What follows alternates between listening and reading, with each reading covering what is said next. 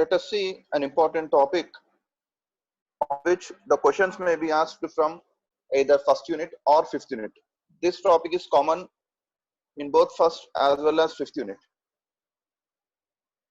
The topic is called free space path loss or Friis transmission formula. I repeat, if you call it Friis transmission formula or if you call it as transmission path loss, both are one and the same. Path loss, LOSS. For this purpose,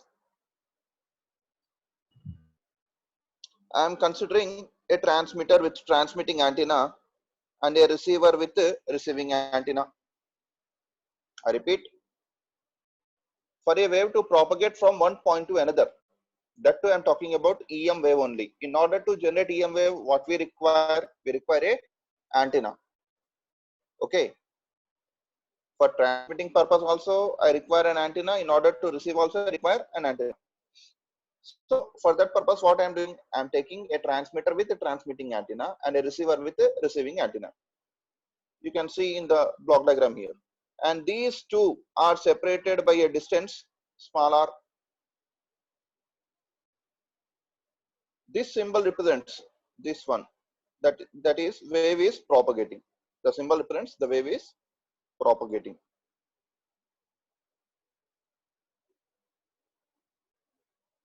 Yeah, kindly rename your screen names with your rule number. It's becoming difficult to post the attendance. Kindly rename your screen name with your rule number. Right.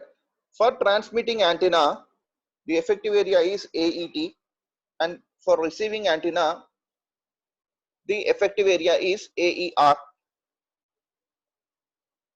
Now,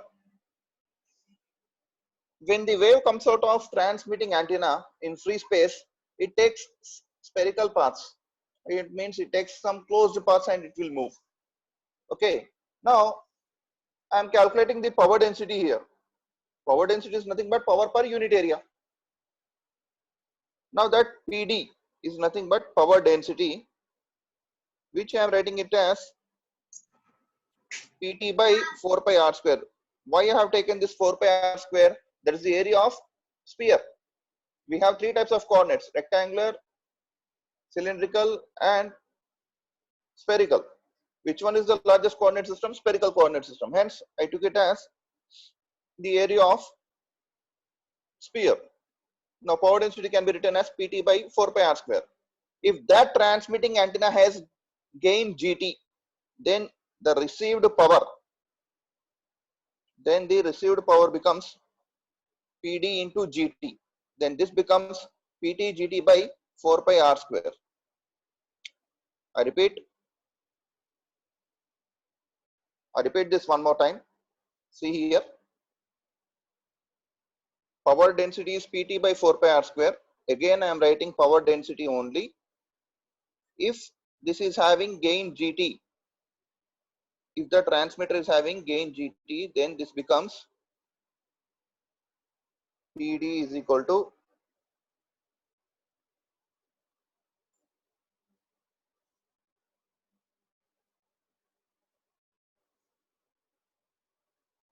PT GT by 4 pi r square. Now I have written the value of power density only. I repeat, if antenna is not having any gain, then power density will become PT by 4 pi r square. If the antenna has gain GT, then the power density becomes PT GT by 4 pi r square. Now the formula for received power PR is PD into AE. I repeat, the formula for received power is PD into AE. Don't get confused here.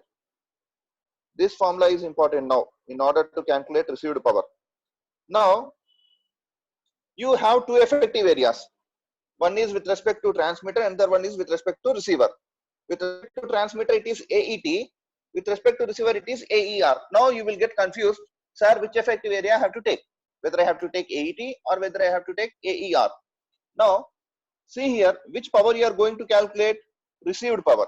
Received power means where are you going to receive the power? At the transmitter or at the receiver? Yeah, kindly respond. Where are you going to receive the power? At the transmitter or at the receiver? Anyone, please. Receivers. Receiver. Then the effective area which you are taking should also be of receiver only. Then you will take this as PD into AER. I hope you understood this. Now, you see here, I have written this here as that only.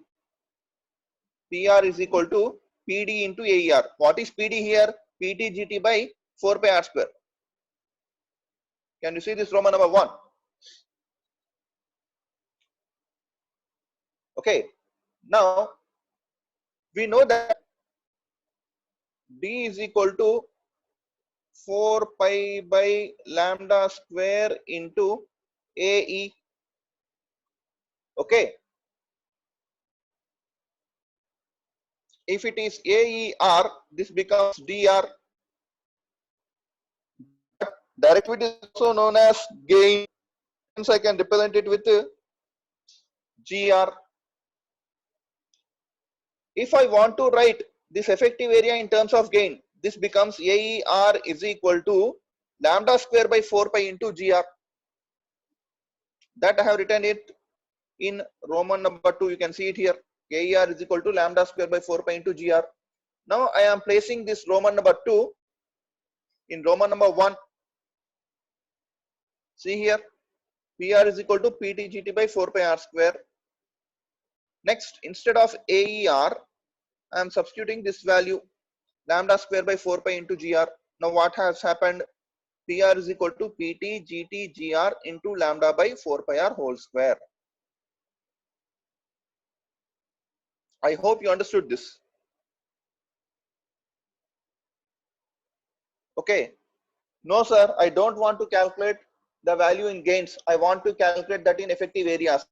Then represent this GT with 4 pi by lambda square into AET and this GR with 4 pi by lambda square into AER. Then you will get this formula. PR is equal to PT AET AER by lambda square R square. This is in terms of effective areas and this is in terms of gains. Only remember this formula. Only remember the formula with respect to gains. That would be helpful in solving the problems.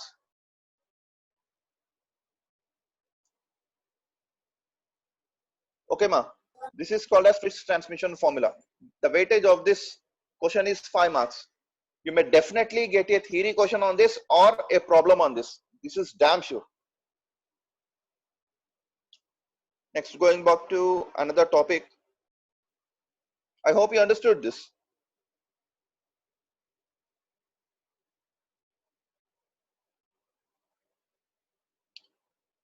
Now, yesterday we have seen the formula for effective area. As per definition, the formula for effective area is power radiated per power density, ratio of power radiated to power density, that is power radiated by PD. That power density can also be written as Poynting vector P bar, where the value of P bar is E square by eta. Here eta is intrinsic impedance. Yesterday you studied about antenna efficiency, which is eta A, and remember eta A is not equal to eta. Antenna efficiency is completely different. Eta is different. Eta is called as intrinsic impedance, whose value for free space is 120 pi. Now, I would like to calculate directivity of isotropic antenna first. Now, we know that directivity can be defined as maximum radiation intensity to average radiation intensity, ratio of maximum radiation intensity to average radiation intensity, U max by U average. That U average can be written as PT by 4 pi. D can be written as U max by U average, where U average is nothing but PT by 4 pi. Then this becomes 4 pi Umax by PT. That's what I have written it here in the first equation. And we know that the value of transmitted power is double integral of U of theta comma pi, double integral of U of theta comma pi sin theta d theta. That's what. Here, the double integral is one is with respect to pi, another one is with respect to theta. We know that pi always ranges from 0 to 2 pi, theta always ranges from 0 to pi. That U of theta comma pi, I'm taking it as U max. Okay, remaining is d omega, which is nothing but sin theta d theta d pi. Now, first I am integrating with respect to pi. Integral d pi is nothing but pi. If you substitute upper limit minus lower limit, you will get 2 pi. U max is constant. I wrote it outside, 2 pi into U max. Now what is remaining? Theta limit 0 to pi, sin theta d theta. If you integrate sin theta, it is minus cos theta. The range is between 0 to pi. Now you need to substitute in place of theta. One is cos pi minus cos 0, upper limit minus lower limit. Now you'll get this as minus 2. Minus into minus, that is plus. 2 into 2 is 4. What is remaining now? PT is equal to 4 pi into U max. Now if you calculate directivity, if you put this 4 pi U max in this formula, D is equal to 4 pi U max by PT. What is happening? Instead of PT, if you put 4 pi U max, now you get directivity as 1. What is the directivity of isotropic antenna? It is 1. And it has no units. If you want to calculate that in decibel, you need to put 10 log in front of that value. Then it becomes 10 log 1. Log 1 value is 0. Hence 0 into 10 is 0. The value of gain or directivity in dB for isotropic antenna is 0. If no units are mentioned, then the directivity or gain for isotropic antenna is how much? It is 1. I hope you understood this. Now, our main target is to find directivity and effective area of all the dipoles.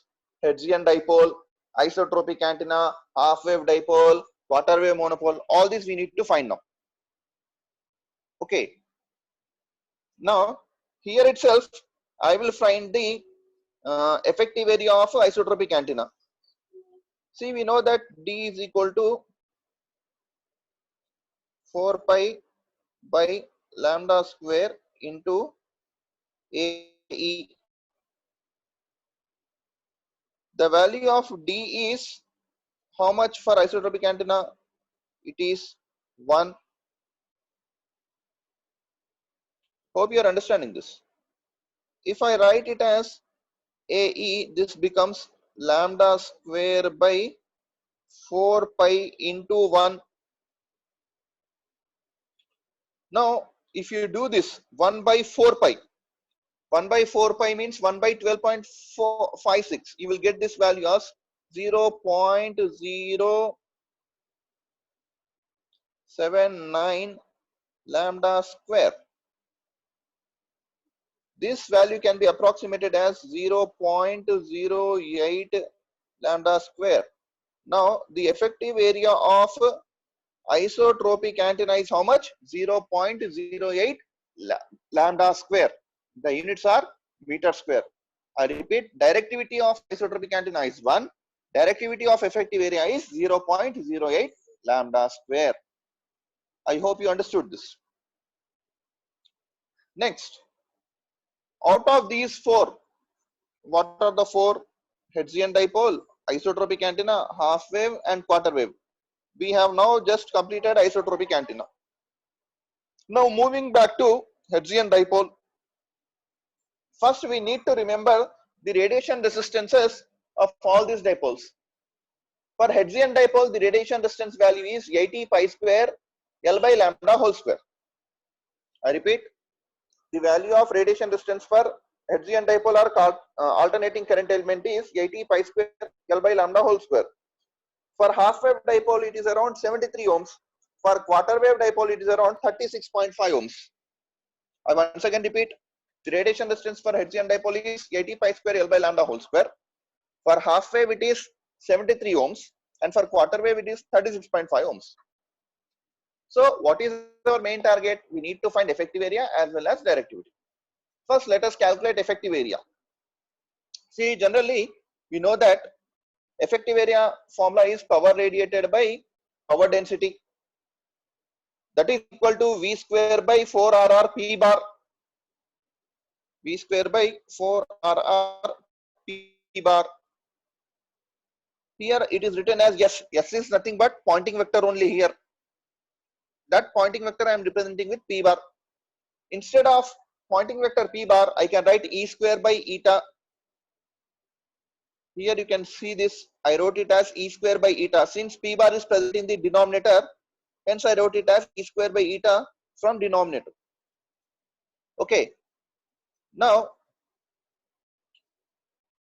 but potential V can be written as electric field into effective length, E into LE.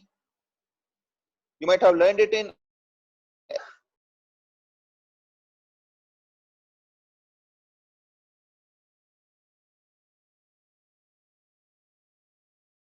the radiation resistance for Hertzian dipole is 80 pi square LE by lambda whole square. Now, if you substitute all these three values in this formula in equation number 1, now you will get this as 3 lambda square by 8 pi. If you calculate the value of 3 by 8 pi, you will get this as 0.12 lambda square. 0.12 lambda square.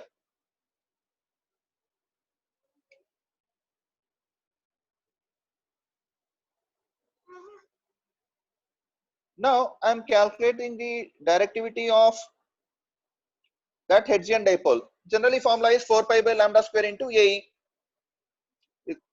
4 pi by lambda square only have written. Okay. The value of effective area is 3 lambda square by 8 pi or 0.12 lambda square. You can directly write the value as 0.12 lambda square also here. I wrote it as 3 lambda square by 8 pi. If you calculate the value, again you will get 0.12 lambda square only. Okay. But cancellation only I have taken this value 3 lambda square by 8 pi. Now I got the directivity as 1.5.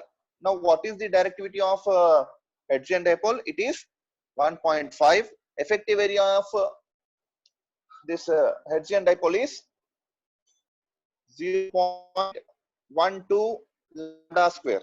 I repeat, effective area of Hertzian dipole is 0.12 lambda square. Activity of dipole is 1.5. See, this value we have already calculated, isotropic antenna. Now coming back to half wave dipole and quarter wave monopole. See here, directly I am saying, again you will take the formula as AE is equal to V square by 4RR P bar. Again instead of P bar you will take E square by eta only. Again in place of eta you will substitute 120 pi only. The value of RR for half wave dipole you will substitute as 73 ohms. The value of RR for half wave dipole you will substitute as 73 ohms. And for quarter wave monopole you will substitute the value of RR as 36.5 ohms. Now you need to remember this point. V is equal to E into LE, we know that. Now instead of this L, now listen very carefully. Generally for half wave dipole, it is lambda by 2. For quarter wave dipole, it is L is equal to lambda by 4. Okay. Now there is not much difference between lambda by 2 and lambda by 4. Hence we generate this value in common for these two. Either it may be half wave dipole or it may be quarter wave monopolar dipole. As far as theory is concerned, you will take this value as lambda by 3, not lambda by 2 or not lambda by 4. When you are speaking of theory, you will take the value equal to lambda by 3. Okay. Now I get this value 3 for a constant called pi. Pi is equal to 3.14. You know that, right? For this 3, I simply take the value as lambda by pi. I repeat, I am talking only about theory only. When you are talking about theory, the value of effective length for half wave dipole and quarter wave monopolar dipole, you need to take the value as LE is equal to lambda by pi. As far as theory is concerned, if you are doing problems, then only you will take LE is equal to lambda by 2 for half wave dipole, LE is equal to lambda by 4 for quarter wave monopole. As far as problems are concerned, you take the exact value. As far as theory is concerned, you will take the effective length as lambda by pi. I hope you understood this. Now, if you substitute this, you will get AE as 0.13 lambda square and directivity as 1.6. Okay. If you consider quarter wave monopole, here radiation resistance is decreased by half, then effective area will increase by twice. 0.13 into 2 is 0.26 lambda square. Okay, again your directivity also will increase by 2 times. Now this will become directivity equal to 3.2. I hope you people understood this.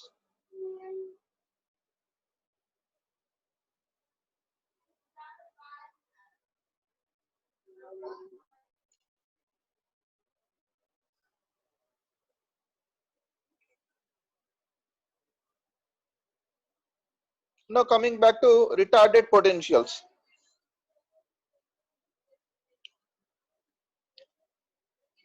Whether it may be a static magnetic field or static electric field, in order to calculate electric field in static electric field and magnetic field in static magnetostatic field, we require to generate the potentials first. I repeat, in electrostatic field, if I want to find the electric field, I need to set the potential. In magnetostatic field, if I want to find the magnetic field, again I need to set the potential.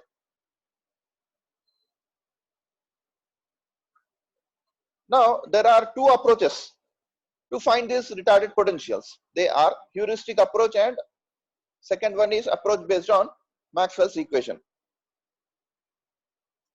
Now first I am talking about electrostatic field. In steady electric field means electrostatic field. Okay, to find electric field, I need to define the potential.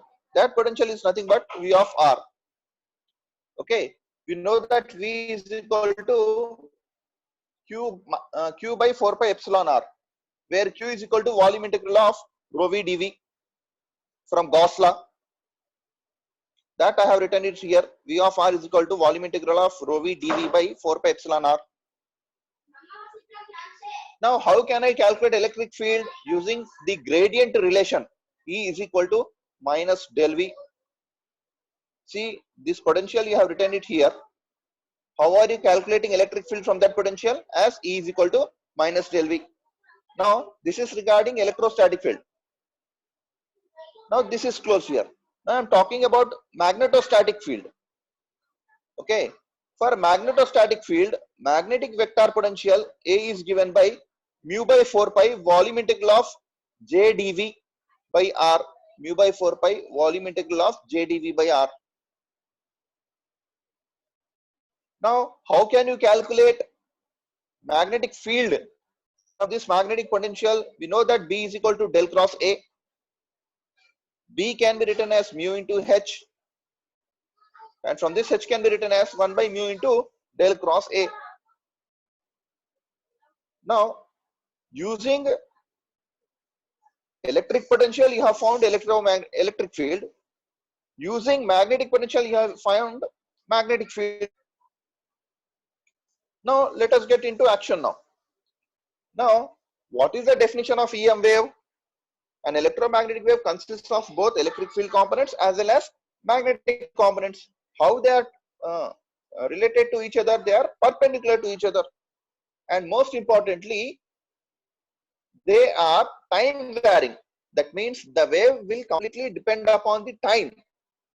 If it is not depending on time, it will be called as static wave. If it depends on time, it is called as time varying field or electromagnetic field, or time varying wave or electromagnetic wave. Now you can see the above equations 1 and 2.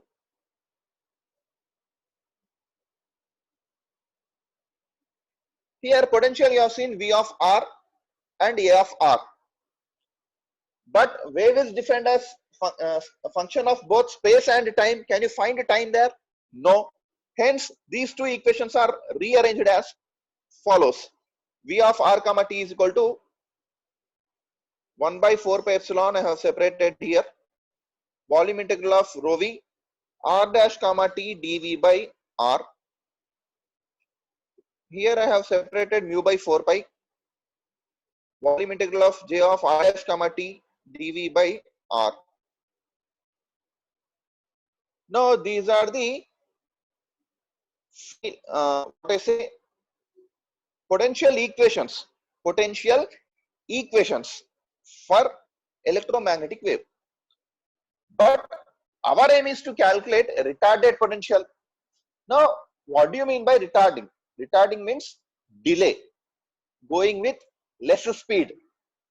Now if I send a wave from transmitting antenna to receiver antenna, will the wave reach? Waves are a combination of different rays. Will all the rays reach simultaneously at the same time to the receiver? No. Some will go faster and some will go slower. Most of them will go slower only. Why they will reach slowly at the receiver means due to reflection from buildings or trees, okay, or on earth,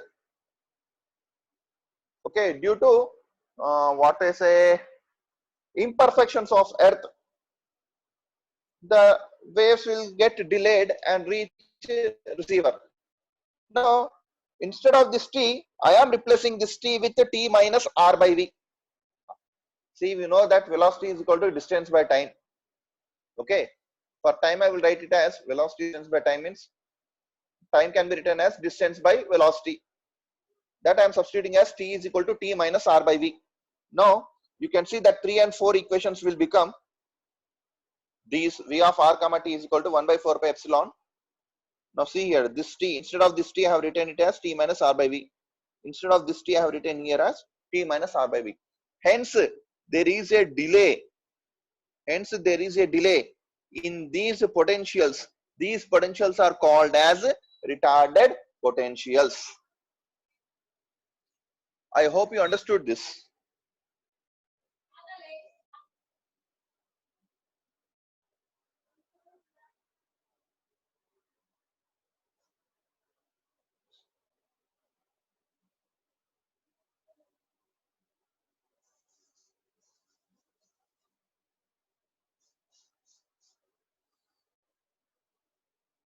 Right. Now I would like to discuss what is near field, what is far field. This concept is very important as far as second part of first unit is concerned. If electric field or magnetic field, if capital E or capital H, if they are inversely proportional to R, means E is proportional to 1 by R. R for radiation, remember it, R for radiation. If E or H are proportional to 1 by R, then this field is called as radiation field or far field. Remember, if R means RF, radiation or far. If E is proportional to 1 by R square, represent it as induction field. It is called as induction field. If it is proportional to 1 by R, it is called radiation field or far field. If E is proportional to 1 by R square, it is called induction field, IN. I for induction and N for near. Okay. If E is proportional to 1 by R cube, then it is called as electrostatic field.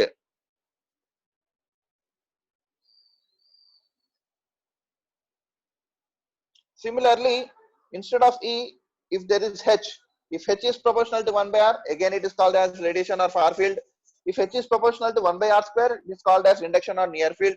If H is proportional to 1 by R cube, then also it is called electrostatic field. Hope you understood this. Now, in order to calculate directivity or radiation resistance or effective area now, you need to remember two equations. One is H pi, another one is E theta.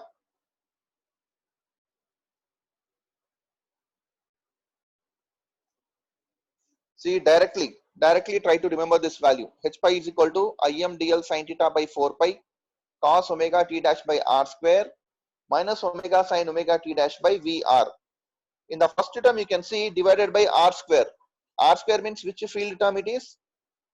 This is near field term. Here you can see in the second term divided by Vr. Okay, there is only single R in the denominator. Then this term is radiation field term. This term is induction field term. Okay, always you need to consider only radiation field term only, means far field term only. You have to consider only the term in which denominator is only R. You can neglect this term, this induction field term. Okay, what you need to consider is only this term, this one.